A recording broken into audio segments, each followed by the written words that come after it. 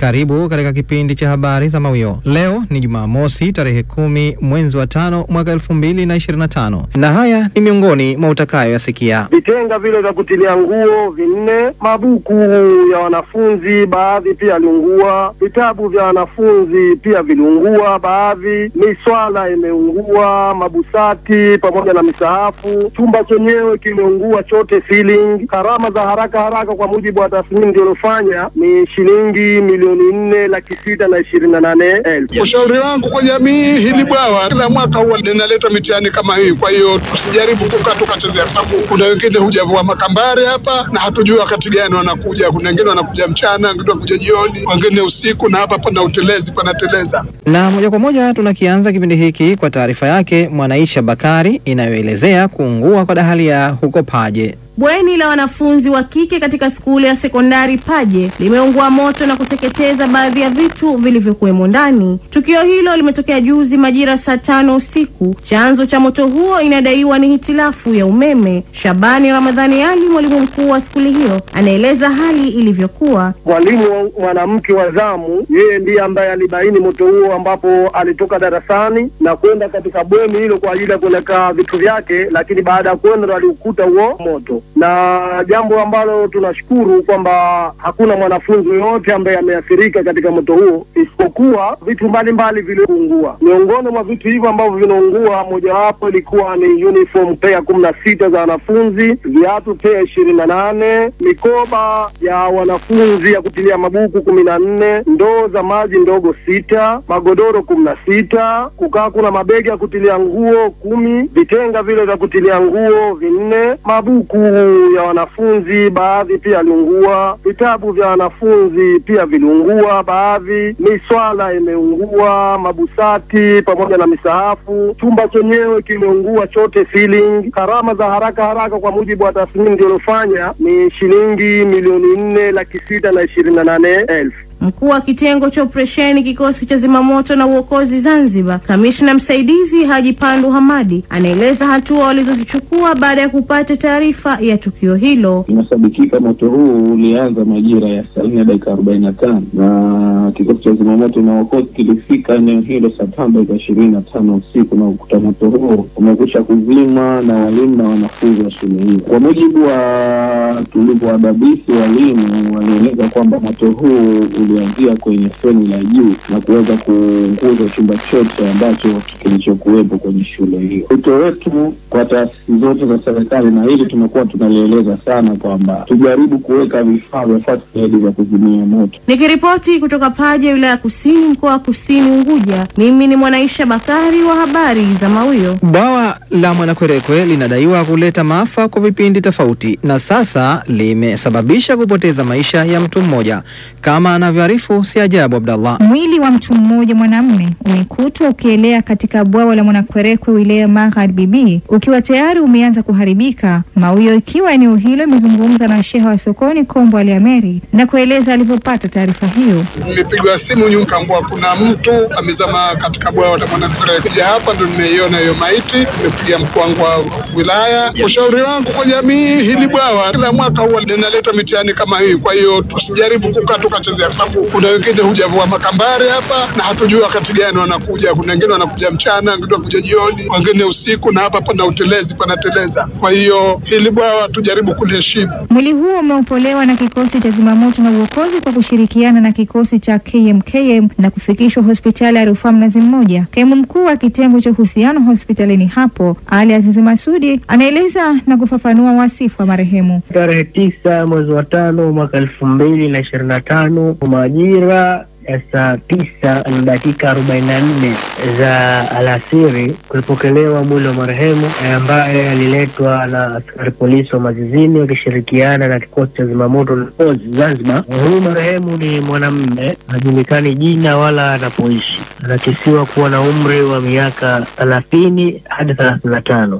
Amevalia shati ya draft yenye rangi nyeusi pamoja na suruali nyeusi. Mpaka muda huu hajatokea ndugu wala jamaa aliyekuja kumtambua, na bado tumemhifadhi katika chumba cha kuhifadhi maiti. Kwa yoyote yule aliyepotelewa na ndugu jamaa yake katika chumba cha kuhifadhi maiti kwa ajili ya kumtambua na kufuata taratibu za kukabidhiwa. Kutoka Mwanakwerekwe, wilaya ya Magharibi B, Siajabu Abdallah, habari za Mawio. Na huko Mtoni, kijana mmoja amefariki dunia akiwa ndani ya meli ya Aziza 1. Taarifa kamili na Juma Ture. Kijana Hafidh Ali Saidi anayekisiwa kuwa na umri wa miaka 35, mkazi wa Mtoni, jana majira ya saa 10 za jioni amekutwa akiwa ameshafariki ndani ya meli mbovu ya Aziza 1 iliyopo diko la Mtoni, wilaya ya Magharibi A. Sheha wa Mtoni Zahara Hassan Muhammad ameeleza alivyopata taarifa ya kifo hicho na hatua alizochukua. Mimi nimepigiwa simu wa ndani ya meli ya Aziza 1 kuna maiti. Mimi nikachukua bodaboda nikaja eneo la tukio, lakini baada ya kuwahoji wanaomfahamu, kila mtu anasema kaambiwa. Sijampata yule wa kwanza kushuhudia. Huyu ni mwanamume na jina lake ni Hafidh Ali Saidi, ni mkazi wa Mtambwe na anakadiriwa miaka kama 35 hivi, na hapa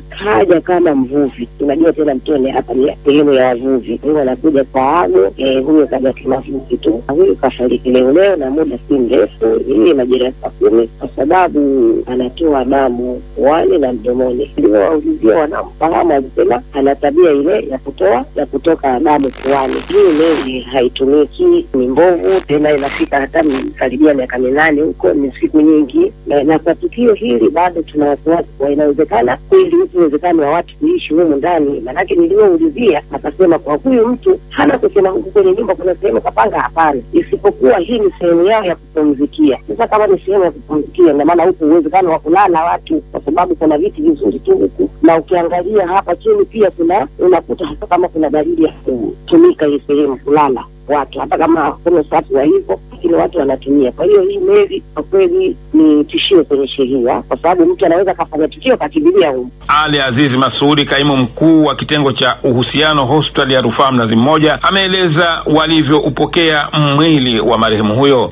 Ni kweli tarehe 9 mwezi wa 5 mwaka 2025 majira saa 12 dakika 37 za jioni ulipokelewa mwili wa huyo marehemu. Huyo marehemu amekutikana ndani ya meli ya Aziza 1 iliyopo maeneo ya Mtoni. Mwili wake bado umehifadhiwa katika chumba cha kuhifadhia maiti. Tunasubiria taratibu za uchunguzi zikamilike, baadaye utakabidhiwa ndugu zake kuendelea taratibu za mazishi. Nikiripoti habari za Mawio kutoka mkoa wa Mjini Magharibi, ni mimi Juma Ture. Ali Khator anakwenda chuoni kusoma tabia njema kwa muda wa miaka 5 kwa kosa la udhalilishaji. Zaidi na Salma Hamisi. Hukumu ya kifungo cha miaka 5 iliyotolewa na mahakama ya mkoa Vuga imemshukia kijana Ali Khator Ali mwenye umri wa miaka 20, mkazi wa Mwanyanya, kwa kosa la kumdhalilisha mtoto wa kike mbele ya hakimu Muhammad Subait. Imeelezwa na mwendesha mashtaka wa serikali Zuena Saleh kwamba tarehe 2 mwezi wa 12 mwaka 2024 saa 1 asubuhi huko Mtoni, wilaya ya Magharibi A, alimchukua mtoto wa kike mwenye umri wa miaka 17 kutoka nyumbani kwao Mtoni na kumpeleka nyumbani kwake huko Mtoni. Kana kwamba haitoshi, siku hiyo saa 2 asubuhi alimuingilia kimwili mtoto huyo, jambo ambalo ni kosa kinyume na kifungu cha 108(1)(2) na kifungu cha 109(1) cha sheria ya adhabu namba 6 mwaka 2018 sheria ya Zanzibar. Kesi hiyo ilifunguliwa tarehe 23 mwezi wa 1 mwaka 2025 na idadi ya mashahidi 5 walitoa ushahidi wao na mahakama kuridhishwa na ushahidi huo na kuhukumiwa kosa la kutorosha atumikie miaka 2 na kosa la kubaka miaka 3 na kwa jumla ya miaka 5. Hata hivyo mahakama imeamuru hukumu hizo ziende sambamba na mshtakiwa huyo atatumikia chuo cha mafunzo miaka 3 na kulipa fidia ya shilingi 300,000 na akishindwa kulipa ataongezewa kifungo cha miezi 3. Kutoka mahakama ya mkoa Vuga, Salma Hamisi wa habari za Mawio. Na sasa tujiunge na Salha Ramadhan, anakuja na taarifa ifuatayo.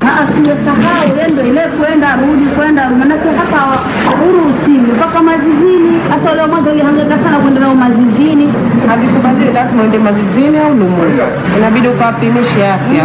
Jumatatu tutakuja kuvikagua vyetu, hata hapo mnapoishia vyombo ndio mnaishia vyombo ndani hapo. Katika hali yao. Hali hiyo ya vuta ni vute kati ya watendaji wa halmashauri ya wilaya ya Kusini Unguja na wajasiriamali wanaojishughulisha na biashara ya uuzaji wa vyakula maarufu mamalishe ilitokea katika shehia Kibigija, kijiji cha Jambiani, kufuatia wajasiriamali hao kukutwa kutoa huduma kwa walaji kinyume na miongozo na masharti ya kufanya biashara hiyo. Ukaguzi huo wa kushtukiza kwa wajasiriamali hao ulifanywa na maafisa wa halmashauri hiyo ni kwa ajili ya kuhakikisha usalama wa afya za wananchi wanaofika sehemu za aina hiyo kupata chakula. Baadhi ya wajasiriamali walikutwa na makosa ya kukiuka maagizo na kuchukuliwa hatua stahiki, kama anavyofafanua msaidizi afisa mazingira wa halmashauri ya wilaya ya Kusini, Biubwa Hassan Haji. Katika zoezi hilo wafanya biashara wawili tumewafungia kutokana na hali ya mazingira tuliyakuta sio rasmi, na wafanya biashara wengine tuliwatembelea, tumewapa onyo na tunaambia wajirekebishe, na tumewapa muda wiki moja, tutafuatilia tena ili kuangalia hali ya mazingira wameyaweka sawa. Wito wangu kwa wafanya biashara wadogo hususan wa vyakula, waweke mazingira safi. Naye mwenyekiti wa kamati ya huduma za jamii halmashauri ya wilaya ya Kusini, ambaye pia ni diwani wa wadi ya Jambiani, ametoa wito kwa wafanya biashara wa huduma za vyakula. Baadhi ya wafanya biashara wadogo ambao wamekaidi amri kwa kutekeleza yale tuliyowapangia, na kwa vile hawakutekeleza tunawafungia biashara zao. Toa wito kwa wananchi tuweze kutekeleza maagizo ambayo hata Mheshimiwa Rais kwamba usafi ni kitu muhimu, bali hata kwa mazingira yetu binadamu, afya zetu, tulinganie kufanya usafi kwa ajili ya afya zetu na watoto. Kutoka wilaya ya Kusini, mimi ni Salha Ramadhan wa habari za Mawio. Na tumalize kipindi chetu kwa taarifa yake Khadija Waziri kutoka huko Mafia. Wavuvi na wananchi wa kitongoji cha Tumbuju Pwani kata ya Ndagoni Kisiwani Mafia wale na uchakavu wa barabara, wakizungumza na Mawio wameeleza kwa sasa wanakumbana na changamoto kubwa, hasa katika mvua hizi zinazoendelea kunyesha. Wanashindwa kusafirisha bidhaa zao kwa wakati kufika sokoni na kuharibika zikiwa njiani. Barabara kama unavyoiona hivi bado haijatengenezwa. Kwa hiyo tulikuwa tunaomba serikali itutengenezee barabara. Barabara ni mbovu kabisa. Dago letu la Tumbuju linaingiza mamilioni kwa mamilioni. Kwani barabara tutengezea hii? Maneno Makorongo, meneja wa wakala wa barabara mjini na vijijini TARURA, amethibitisha kuwepo kwa kadhia hiyo pamoja na kutolea ufafanuzi. Ni kweli hiyo changamoto tunaijua, na kweli tulikaa na mkandarasi tukamwomba, mpaka sasa ninapoongea na wewe anakamilisha kazi ya Gonge Tumaini Kipuka. Ni kwa sababu tu hizi mvua ambazo wiki iliyopita zilikuwa nyingi kidogo, kazi haikufanyika, lakini baada ya kuwa amemaliza mara moja atarudi. Kabla ya kusambaza itabidi aongeze vifusi mpaka afike